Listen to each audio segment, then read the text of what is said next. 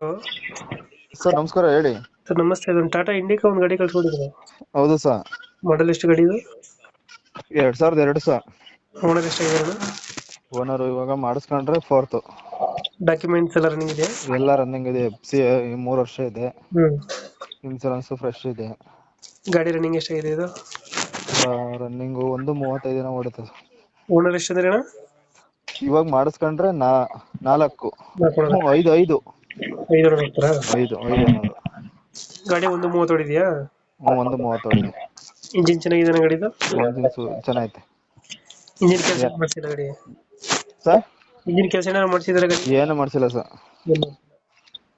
ಎಷ್ಟು ಕೊಡುತ್ತೆ ನಮ್ಮ ಮೈಲೇಜ್ ಗಾಡಿ? ಒಂದು 21 22 ಬರ್ತೈತೆ ಮೈಲೇಜ್. 25 ಕೊಡುತ್ತೆ.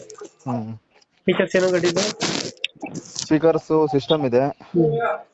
ನಾನೇ ಸ್ಪೀಕರ್ ಹೊಸ ಹಾಕ್ಸಿದೀನಿ. ಹ್ಮ್. ಹ್ಮ್.